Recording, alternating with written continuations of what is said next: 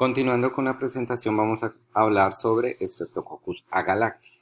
Esta es la única especie que tiene como tal el antígeno del grupo B, por eso también se le conoce como estreptococo beta hemolítico del grupo B o Streptococcus agalactiae.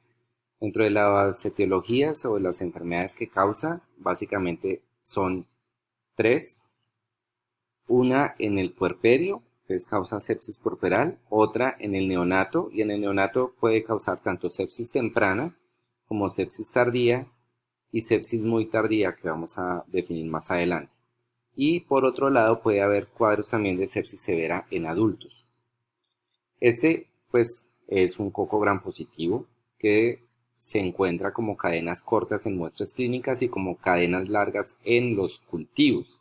Crecen bien en medios nutricionalmente enriquecidos, tienen unas colonias grandes con una zona que es más bien angosta de beta hemólisis, o sea, hemólisis completa. Y algunas cepas, muy poquitas, rara verdad, son no hemolíticas y que pueden generar confusión en el laboratorio al momento de identificarlas, pero la gran mayoría, 98-99%, son beta hemolíticas. Básicamente, en cuanto a su estructura, tienen un antígeno polisacárido de la pared celular, que es específico de este grupo, del grupo B, y estos polisacáridos están numerados entre la 1A, 1B y del 2 sucesivamente hasta el 8. ¿Cuáles son los más asociados a colonización y enfermedad? El 1A, el 1B, el 2, el 3 y el 5. Adicional a estos polisacáridos capsulares también se encuentran proteínas de superficie, entre las cuales el antígeno C es la más común. El factor de virulencia principal por lo cual causa enfermedad es el polisacárido capsular. Este polisacárido interfiere con la fagocitosis, impide que el neutrófilo lo detecte adecuadamente, entonces no lo puede fagocitar. Además, la generación de anticuerpos contra los antígenos capsulares específicos son protectores. Entonces, idealmente, si uno tiene infección y genera anticuerpos específicos contra estos antígenos capsulares, queda uno protegido de esta enfermedad. Cuando hay ausencia de anticuerpos maternos, que es lo que puede ocurrir en el neonato, es cuando más vemos que este recién nacido está a riesgo de sufrir una enfermedad. Entonces esto ocurre cuando la infección materna ocurre tardíamente en el embarazo y la madre no ha tenido contacto previo con este microorganismo.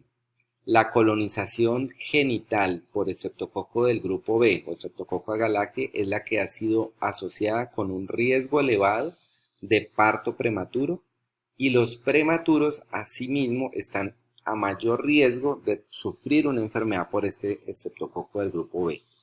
¿Cómo se controla la infección por este microorganismo? Básicamente requerimos que tenga integridad de las vías clásicas y alternativas del complemento. Esto es especialmente válido para las infecciones por los tipos 1A, 3 y 5.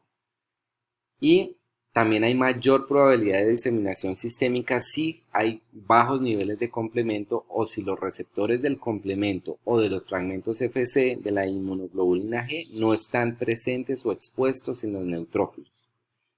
Los polisacáridos capsulares de tipo 1A, 1B y 2 tienen como tal un residuo terminal de ácido oxálico que puede inhibir la activación de la vía alterna del complemento, y aún así, por ende, es que hay mayor probabilidad de diseminación sistémica. El Streptococcus agalactiae puede ser un habitante normal del tracto gastrointestinal y del tracto genitourinario. Se ha visto que en mujeres la aportación vaginal ha sido observada en forma transitoria entre el 10 y 30%, especialmente en épocas de gestación, y de esta incidencia depende del periodo de la gestación durante la cual se hace este muestreo y de las técnicas de cultivo usadas para encontrarlo. El 60% de los neonatos de madres colonizadas, hay que recordarlo, se colonizan con la flora de la madre al momento de pasar por el canal de parto. La probabilidad de la colonización al nacimiento es mayor cuando la madre está colonizada con un gran número de bacterias. Hay otras asociaciones para colonización neonatal, como son el parto prematuro, la ruptura prematura de membranas y la fiebre intraparto.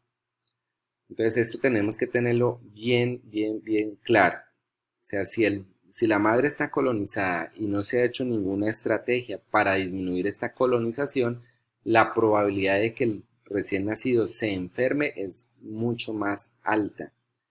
¿Qué cuadros ocurren en los recién nacidos? Por un lado, una sepsis temprana, que es la que aparece en los primeros 7 días de vida, y básicamente está dada por estos 3 serotipos. El 1A, que es básicamente la tercera parte, el 3, que es otra tercera parte, y el 5, que es un 15% de todos los casos. Hay otros serotipos que también pueden participar, pero estos 3 son los principales que justifican casi el 80-85% de todos los casos.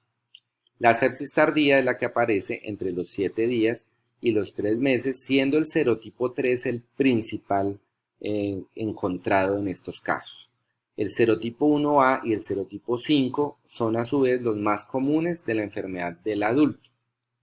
Entonces, la colonización con el desarrollo subsecuente de enfermedad en el neonato puede ocurrir en el momento todavía estando inútero, antes de nacer, puede darse al momento del paso por el canal de parto, o sea, al nacimiento, o durante los primeros meses de vida, especialmente los primeros 3 meses. Es la causa más común de sepsis y meningitis en el neonato. Es la causa más común y por eso las estrategias están encaminadas a disminuir esta posibilidad. Para eso se ha empleado uso de antibióticos profilácticos, especialmente ampicilina en la madre gestante a la cual se le encuentra esta bacteria en un cultivo o en un cultivo rectal y vaginal.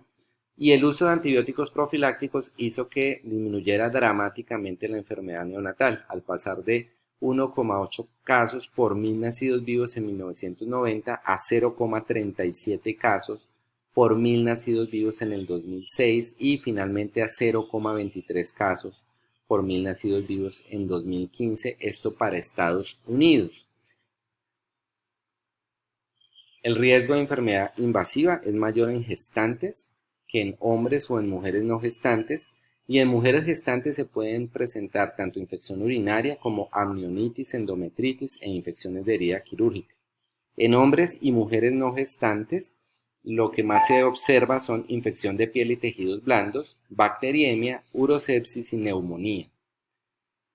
¿Cuáles son los factores de riesgo asociados a infecciones en estos grupos que mencionamos, hombres y mujeres no gestantes?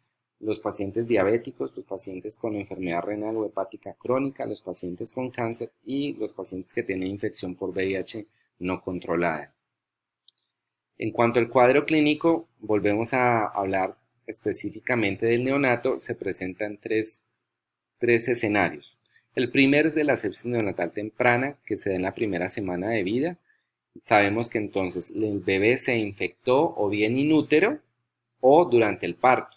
Y los síntomas generalmente aparecen en las primeras 48 horas. Aunque hemos hablado de que es la infección de la primera semana de vida, prácticamente todos los casos ocurren en las primeras 48 horas.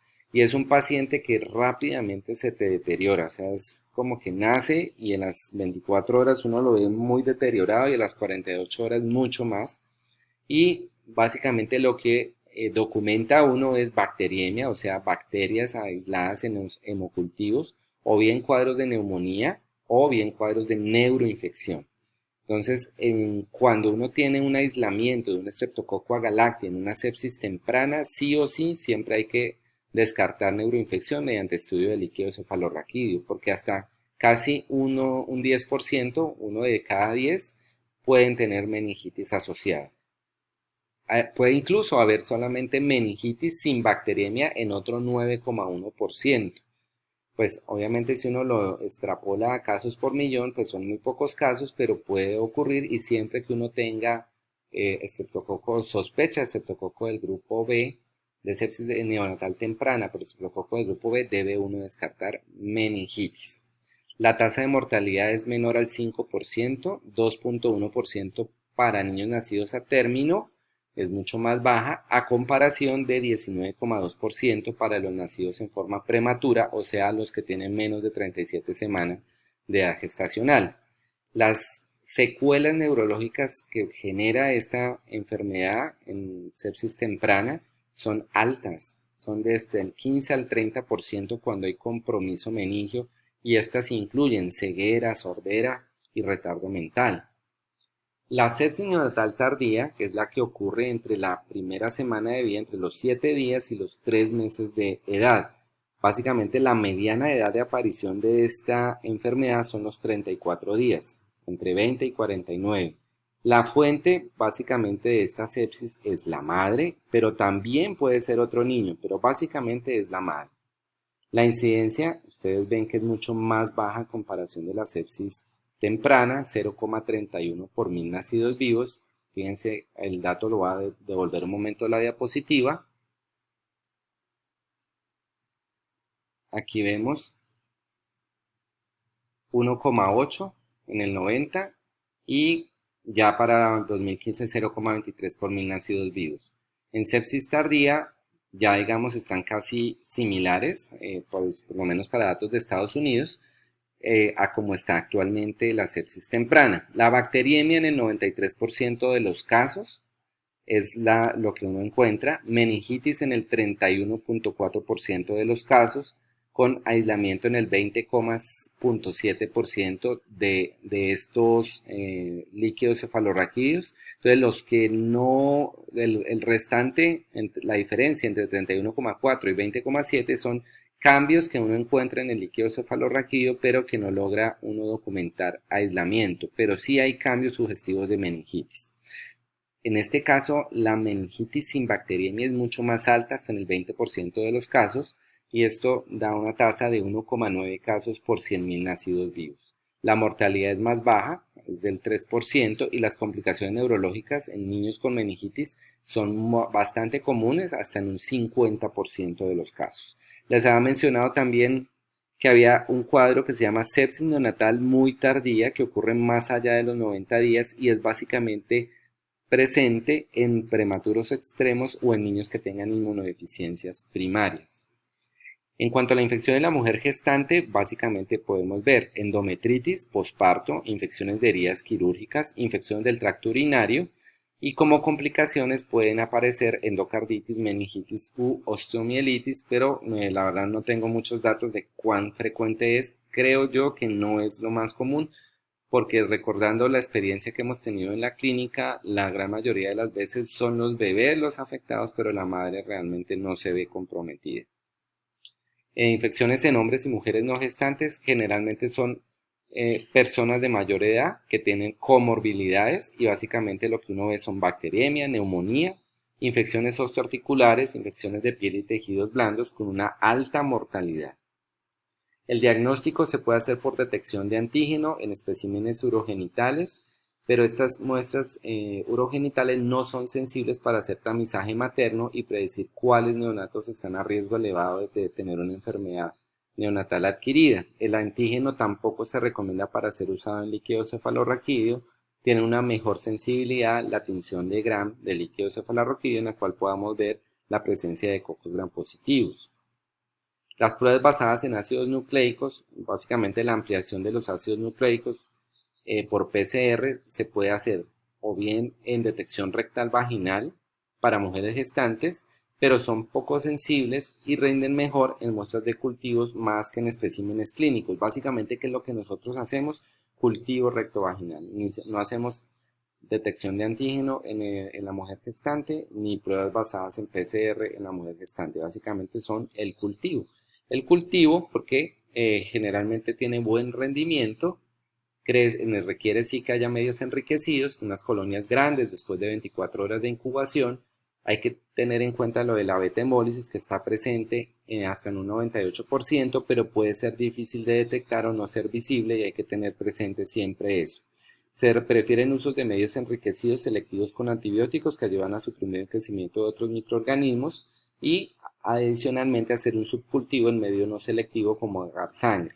Este cultivo se debe tomar en mujeres entre las semanas 35 a 37 de gestación, pero es importante tener en cuenta que en prematuros que nacen sin causa aparente, estreptococo del grupo B puede ser el agente causal.